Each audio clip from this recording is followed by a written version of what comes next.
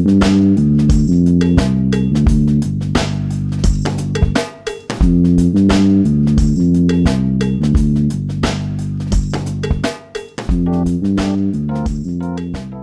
going on, everybody? Welcome to the channel. Today I'm going to be reviewing Wonder Woman 1984. And by the way, I hope you all had a Merry Christmas and a Happy Holidays. I hope you all got the present that you wanted, had a good time with your family, friends, and loved ones. And like many of you, I spent Christmas morning with Gal Gadot as Wonder Woman, as this was the first time ever that a major release went to streaming. If you have HBO Max and HBO Now, you get Wonder Woman for free. I mean, what a sweet-ass deal, especially in these crazy times. But yeah, with this movie, Wonder Woman 1984, is directed by Patty Jenkins, stars Gal Gadot, Kristen Wiig, Pedro Pascal, aka The Mandalorian, and Chris Pine comes back as Steve Trevor, which I will get into because this story revolves around artifact that Diana Prince, who is now living in modern society in 1984, she's adapted to normal human culture, and she's just living her life. Her and her team of Barbara, who's played by Kristen Wiig, they're archaeologists, they're geologists, they collect artifacts and ancient relics. I'm not sure what the hell they do, but it seems like it's a cool job. They come in the possession of this artifact that grants wishes, but with those wishes comes negative effects. And business mogul, oil profiteer Max Lord, played by Pedro Pascal, becomes in possession of this artifact, and all hell breaks loose. That's the best synopsis I could give for this film, because it's kind of all over the place. I actually think this is the reason why they chose this plotline. Patty Jenkins knew she struck gold in the first Wonder Woman with the chemistry with Gal Gadot and Chris Pine, and they were just like, how the hell do we bring Chris Pine back? We killed him off in the first movie. How the hell do we bring him back? And this is the plot we get, which, well, for the most part, I believe this film was a fun time. Performances were all great. Gal Gadot as Diana Prince, Wonder Woman, she does her best acting in this movie, I believe. She's played Wonder Woman. This is her fourth time playing Wonder Woman, I believe, and she does her best acting in this movie. I really enjoyed her performance. Plus, she's just so damn beautiful to look at. I love her. Chris Pine, that chemistry as Steve Trevor and with Diana, the way they go back and forth. You love seeing these two because, you know, the roles are reversed in this movie, because he's kind of the fish out of water trying to adapt to modern society, because obviously he lived in like 1915, 20, whenever World War I was. So he's out of place. Also, I will say the way they bring back Steve Trevor was a little different than the way the trailers portrayed. Comes back in a slightly different way than I thought he was going to come back in. And it makes for an, kind of an awkward, weird situation, but I enjoyed it. And just watching him react to, modern society was a fun time. I really enjoyed the first hour of this movie. With Max Lord's character, I mean, he's pretty much he almost has as much screen time as Diana, I want to say. This is almost as much as Pedro Pascal's movie as it is Gal Gadot's, because he has a whole character arc. We spend a lot of time with him, and I actually enjoyed a lot of what we got with Max Lord, just watching him become in possession of this artifact and him, becoming power hungry with it, because he doesn't start off as a really bad guy. He's not really a villain. He's just kind of a hustler. He's just trying to make a better life for him and his son, who is the main driving force of his want for more success. So he's somewhat of a sympathetic villain. So I enjoyed most of his performance and his story for the most part. And Kristen Wiig as Barbara, I forget her last name, Barbara aka Cheetah. I enjoyed her performance, but I think we spent a little too much time with her. Her story arc at the end was a real disappointment, especially as Cheetah, because Cheetah is one of Wonder Woman's main, arch nemesis. She's a, important adversary to Wonder Woman, and I was really disappointed with the eventual Cheetah reveal. The footage you get in the trailers with her as Cheetah, that's all you get with Kristen Wiig.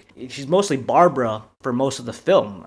She's Cheetah for like 5 minutes, and it's like a 5-minute fight scene, and that's the only Cheetah we get. The way she evolves into Cheetah is just like, she's just Cheetah. There you go. You want a cheetah? There she is. And despite some bad CGI here and there, the action scenes in this movie were actually pretty decent. I really enjoyed the action scene in Egypt with her and the whole convoy truck scene. I love that scene. That was a pretty cool action scene.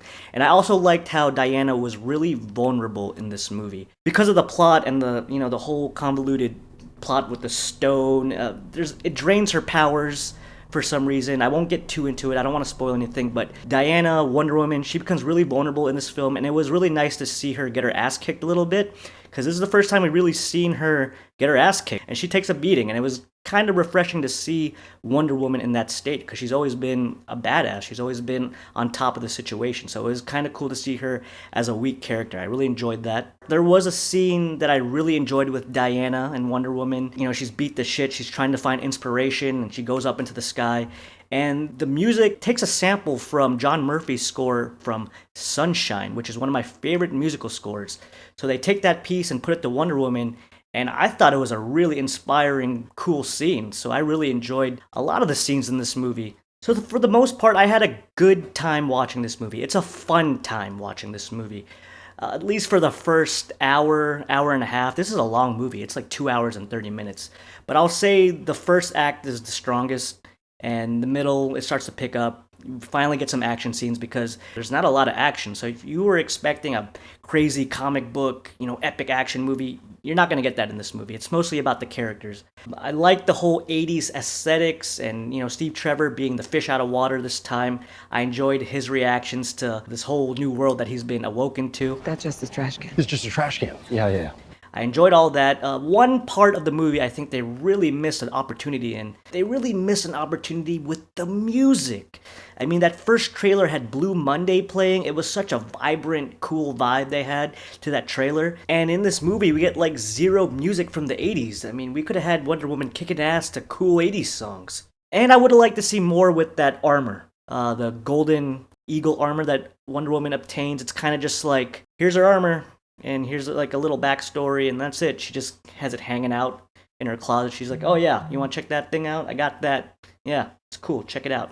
I would like to see more explanation between the golden eagle armor and also the wishing stone, the artifact. They kind of just have some basic exposition explaining, what it is. I would have liked to seen a flashback, maybe featuring the ancient gods and the lore and the history like we got in the first movie.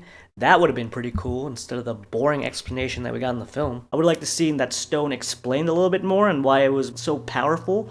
So they could have done a better job with that. But this movie suffers, in the third act again, like the first movie. The third act just took me down again. The plot got really grand, and the conclusion of the plot, I'll just say this with minor spoilers. Wonder Woman saves the day by talking. I'll leave it at that. She talks. I don't know what it is with Patty Jenkins in these Wonder Woman movies. Like, she hits the marks for most of the movie, and then by the third act, she's just like, screw it. Let's throw everything on screen. Let's get crazy. And that's what it is. It's a crazy third act. All hell breaks loose. I enjoyed everything with Wonder Woman. Even, the mediocre fight scene with Cheetah at the end. It's just the very conclusion and how she, saves the day. There's a conclusion to this movie, but there's no resolution. I felt like there was no consequences for people's action in this movie. Even the villains, there was no consequences. It's just like, oh, there's the ending, and that's it. Let's move on. Let's go. Next movie. We'll see you next time. Bye. At the end of the day, it was mostly about the characters and the performances of these actors, and honestly, they all did a great job. It just fell short of the marker, in my opinion, so I was slightly disappointed by the end of it all. I'd have to give Wonder Woman 1984 a 7.6, which is not a bad score. It's not a bad score, but it could have been a lot better in my opinion. So that's my review of Wonder Woman 1984. What did you guys think of the movie? Did you guys like it? Did you spend your Christmas morning or your Christmas day with Wonder Woman and company like I did? Let me know what you guys think. So if you liked the video, comment down below, hit the like button, subscribe as well, and I will see you all next time.